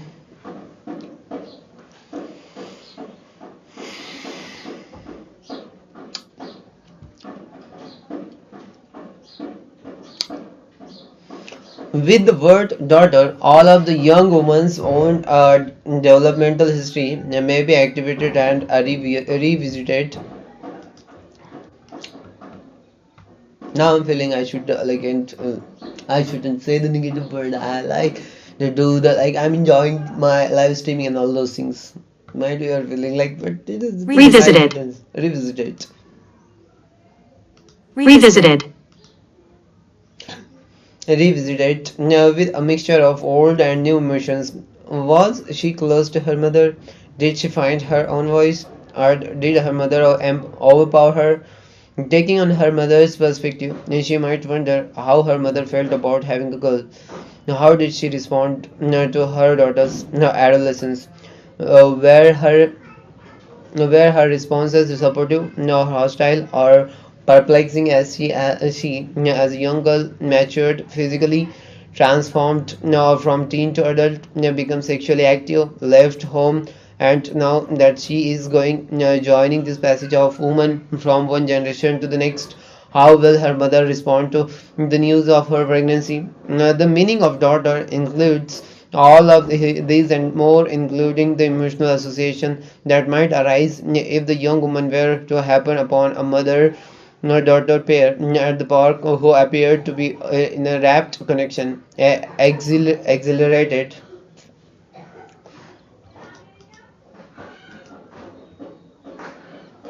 Exhilarated. Exhilarated by each other, their laughter contagious yet private. Now think of what mother meant to Annie. Now how could she stay open to her cascading associations, beliefs, concepts, development, issues, and emotions? Now, these elements of meaning, the architecture beneath our wash of feelings, would naturally flood her mind, intrude into her relationships. Disintegrate her brain. What choice did Anna actually have? Could she say, "Oh, no problem. Let me be aware of this pain of loss of my mother. Let me be aware of this intolerable humiliation from my stepmother." Not possible. And so Annie discovered a survival mechanism. She cut herself off from meaning in her life. But while this was useful as defensive maneuver in her childhood, it had become a defense that imprisoned her, cutting her off not only from herself but from her own daughters. Anne felt nothing and she was stuck. She had a meaningless life.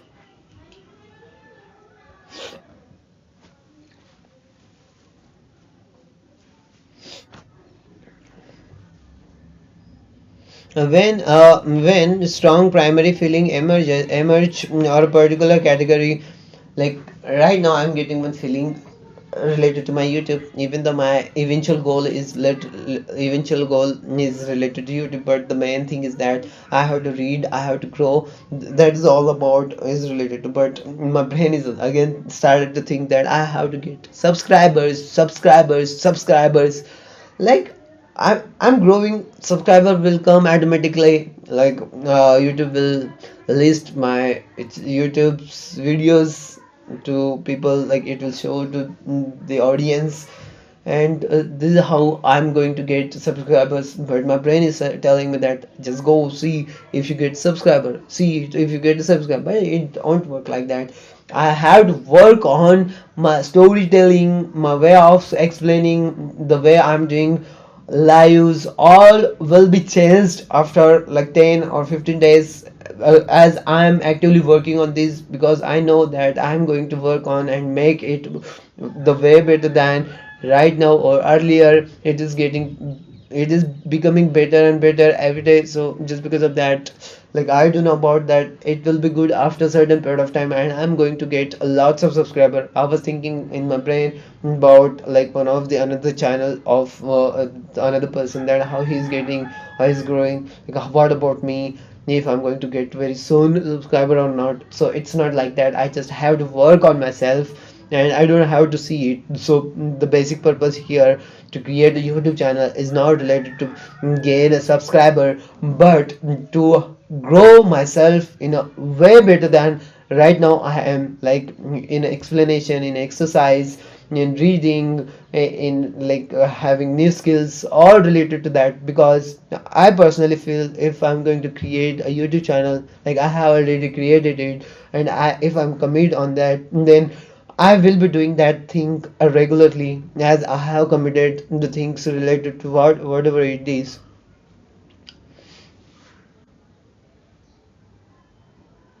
I can also see right now that my eyes are not staying on camera. That is very poor, like important. My eyes should be on camera so that I am talking to you.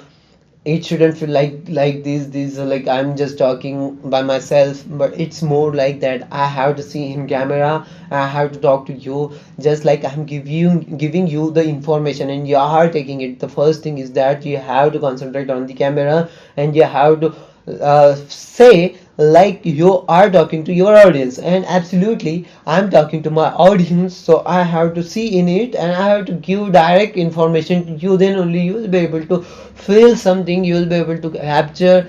This is how, if I'm saying here and there, then it's not like that. Yeah, no, I will be like doing communication. It's not a good thing. As I'm seeing, like besides like here, there's live is also running, so I'm seeing that live as well. In that I can see myself that I'm not seeing into eyes or into like camera. That is not making me good. I'll check this as well. Like there are lots of things that don't feel good about myself, like I see here there here, which is not good. I have to see in camera, I have to speak.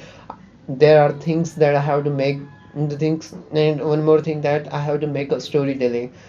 Storytelling will be introduced after a certain period of time, and the way I'm going to do it by committing myself only. Committing myself in the sense taking a challenge.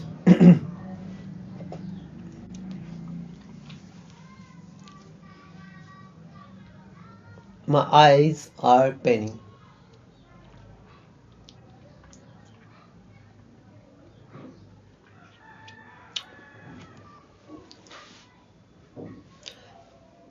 Now think of what mother meant to Annie. Now, how could she stay open to her cascading association beliefs? We read it already. The fence of defense. When strong primary feelings emerge or a particular categorical emotion arises, we may respond with an ingrained, learned reaction that is rooted in our past. If you grew up in a family in which anger was expressed as destructive rage, for example, you might get incredibly anxious whenever anger is expressed. In response to that anxiety, you may have learned to feel helpless and confused, causing you to freeze, or you may have learned to be fearful of rage, causing you to burst into tears and flee the scene. Or perhaps you learn an aggressive fight response, causing you to meet anger with your own anger, fight, flight, freeze. These are all emotion reactions to yes. Yes, your own emotional responses beyond our learned reactions, not ordinary emotional threats. We also have patterns of adaptation that help us cope with our overwhelming situations and with our reactions to them. These patterns of adaptations are sometimes called defenses, and they shape the matrix of our personality, how we experience our inner world and interact with others. Here is the outline of the common pathway of defenses that is now accepted by many psychologists. An emotional response arises, creating a reaction of anxiety or fear which initiates a defense. This defensive reaction shuts down the emotion, or at least the awareness of it, which then lowers the anxiety, fear, and allow us to continue to function. This is why defense are not only useful, they are often essential. Oh man, 9:56. I thought that it's not 9:56. Defenses come in many forms. We can rationalize intellectually about the situation, minimizing awareness of our feelings by moving away from the more feeling right brain mode into the logical left. And this was towards strategy. We can attempt to ignore a situation, skewing our perception to see just the positive side of an experience, a kind of selective neglect. Some simply call this optimism, and it is time honored and sometimes even healthy strategy. When you are surrounded by lemons, make lemonade. Some people deal with a painful feeling by projecting it onto others and then hating them for it. This primitive and destructive adaptation is called projective identification, the strategy that says the best defense is a good offense. Whatever the defense, the ideas is the same. We build a fence around our awareness so that we don't feel the anxiety or fear associated with feeling our feelings. These are usually automatic strategies, patterns of reactivity adopted without conscious intention or even recognition, and certainly without free will or choice. Anne's orchard decision was in fact an unusually conscious perceptive moment of self-reflection. It was only later that her intentional suppression was transformed into automatic repression. During her childhood, Anne had no way to soothe her profound internal distress and interpersonal pain, and so she could not remain open to their meaning. And her adaptation was to just go cortical. Once she had blocked vertical integration, the primary function of Anne's body was to trans- transport her head, attending to the body. Annie and I were now at our fourth session, and I was able to present to her a plan for therapy based on our initial period of assessment. As a physician, she was intrigued by the notion that her adoption at age 11 might have persisted as as as a neurological pattern in her brain. I also told her that I thought she had been taught a lot in her early years, and that I thought I could help her deal with whatever that time meant for her.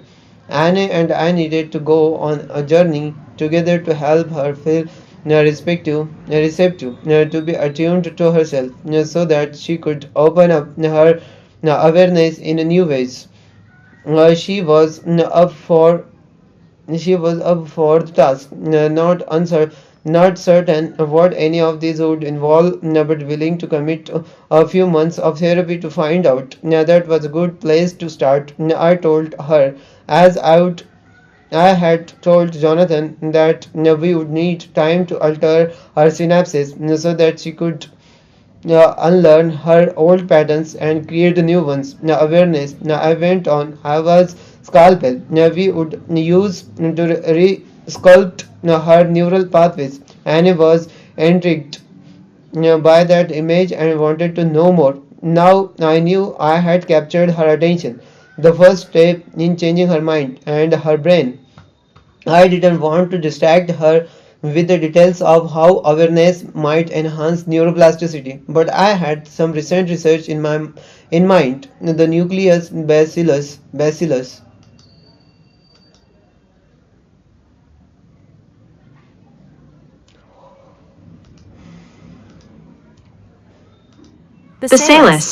Bacillus.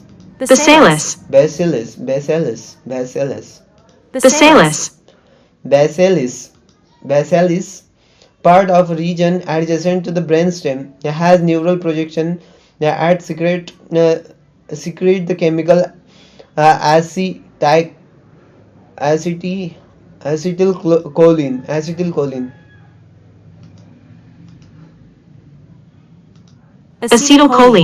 Acetylcholine. Acetylcholine throughout the cortex.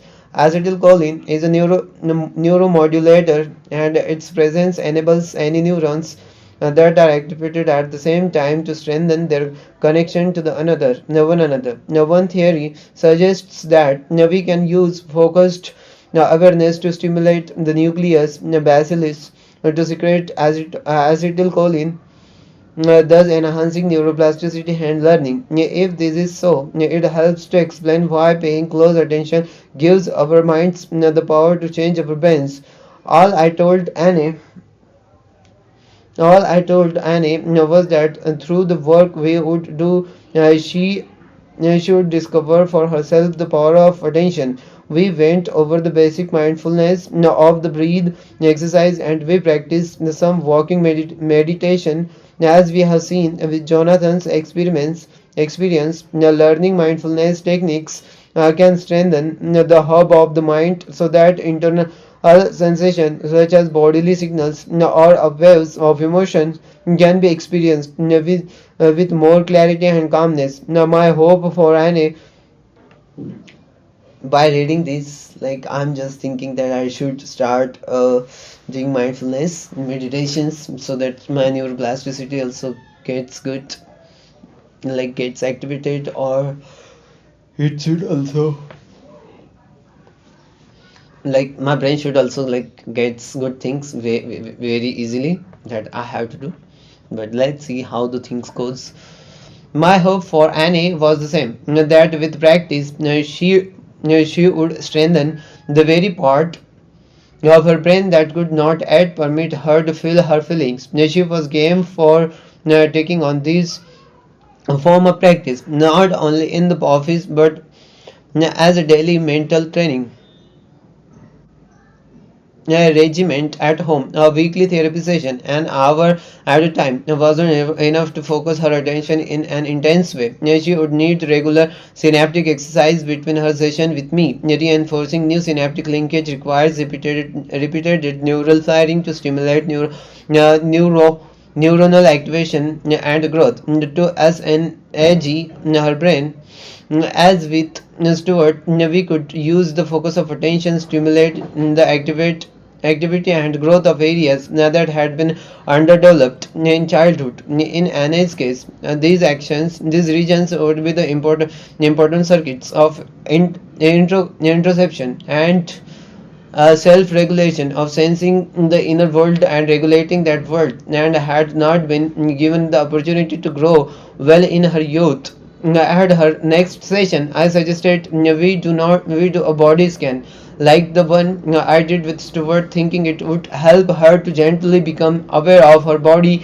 in a non-threatening way. I asked her to close her eyes and to look inward. Anne was fine as the focus of awareness moved up from her feet to her legs and then to her hips.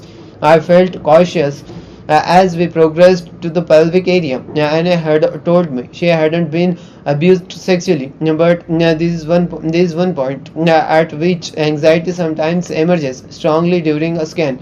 Anne focused with no problems. We then moved to the abdomen and the back, and she was still fine. But when we focused on the chest, she started to breathe rapidly. Her hands started to shake. She made fists and pushed down with her forearms on the arms of the chair, as if she were trying to hold down some feeling. And then she opened her eyes wide and said that she had to stop. She was hyper ventilating and looked terrified. Anna had jumped from rigidity straight into chaos. Chaos.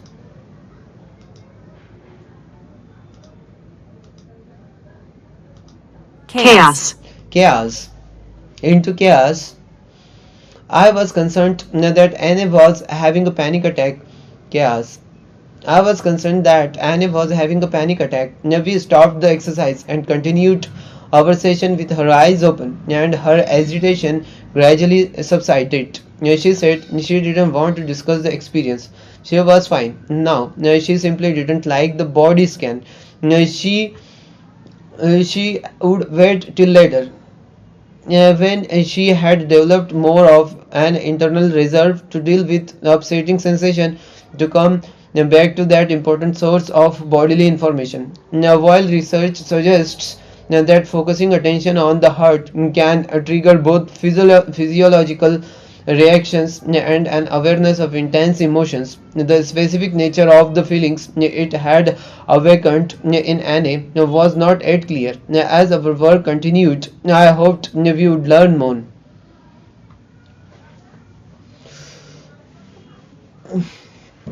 Like when I understand things at that time, I really like to read, but when I don't understand the words, the sentence itself, when I don't get in my mind what they are saying, at the time it feels like, oh man, I am like getting bored. So my brain will try to read and will try to understand whatever I am reading. That way, like right now I'm feeling the sense of good, like, oh yeah, I'm reading it and I liked what I read, just because I understand that, just because I imagined the Annie, the author itself, what they are talking about, what they are feeling, how they are behaving. Like I can imagine all of those things because I personally feel that my imagination power is kind of good.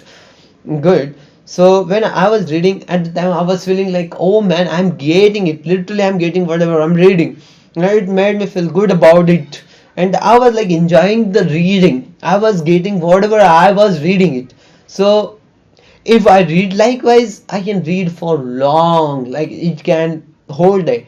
But the thing is that I should be able to understand what I am reading, and I try to understand it so that I shouldn't be get bored. I shouldn't be able to like I will not think of the things that, oh, I have to finish this, that blah blah blah things. But the thing is that I'll be literally immersed into that particular thing when I'm going to read it. So where I was reading it, the direct body scan approach had triggered so much anxiety that Annie panicked. So I needed to choose more gradual ways to introduce her to body awareness. I started our next session by asking her simply to notice the movement of her fingers as she slowly opened and closed her palms. Just noticing that, I said, let yourself be filled with how the hands appears and how it feels. We repeated the walking meditation too, letting her feel the sensation of her feet with her eyes open.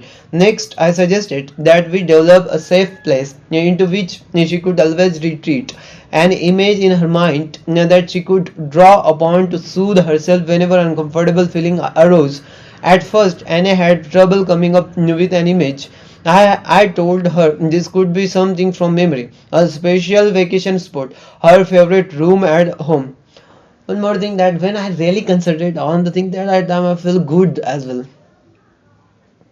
So the thing is that I don't have to complete it. I have to concentrate. That I have to think of myself. Then only like it will be good, and I will not feel any overwhelmed by reading. I will not feel like, oh man, I have to do so much things. I just have to enjoy it. I have to enjoy the reading. I have to concentrate. I have to take what they are saying. I have to understand it. That way I'll be able to complete my 2 hours very easily. I won't be overwhelmed by that I'm doing this much hours. Or it could be entirely imaginary. Let's take its pronunciation. I know imaginary, but like let me check it. imaginary, Imaginary. a place where she could imagine herself being peaceful and contented, or at least safe and secure. Anne finally recalled a cove at the beach near her medical school. I used to go. There is one more thought that I literally think about that I don't know. I don't, but I actually do know about how to talk. I used to go there just to be with the waves, she said. The sound of the waves, how they moved in and out, the curve of the beach, the sunny skies, everything gave me a feeling of things being okay. I asked her to sit with the image of the cove,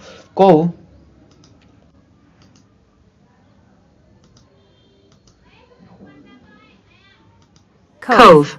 cove for a while, soaking in the sights and sounds and sensation. Then I told her to just notice her body and asked how that felt. When she said it feels good, I went on.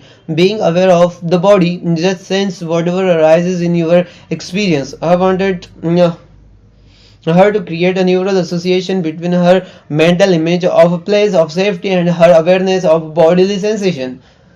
That's it for today. I read it. I felt something new today, that in order to read, you have to concentrate in the sense you have to enjoy, you have to understand what they are trying to say. If you understand the things they are trying to say, then you'll be able to enjoy it automatically, and you'll not feel that you have to complete the things. You are just enjoying the process. That is how you will able to read the things. That's all for today's reading.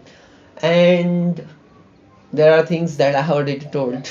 Like I'm still afraid of that. Like, oh man, my like legs. There is some feeling on my feet that I'm going to start my 2 hour learning session related to editing skills. How I'm going to do that? There are lots of things that coming into my brain, and let me see like if I'm going to commit or not. But I have already told that I'm going to commit that. Then I have to do it. Like there is one feeling that I always get before like going somewhere that's very uncomfortable. The same feeling I can like sense it. I'm getting it in my feet. So I have to do it now because the feeling is getting, and if I'm going to do it, then I feel very good about it. That like besides not besides, even I was having that feeling. I started doing it and I felt good. So let's see how I do it. But that's very amazing. Thank you for watching this live streaming, being with me, and see you tomorrow in the at Day of Challenge. So bye bye. I'm going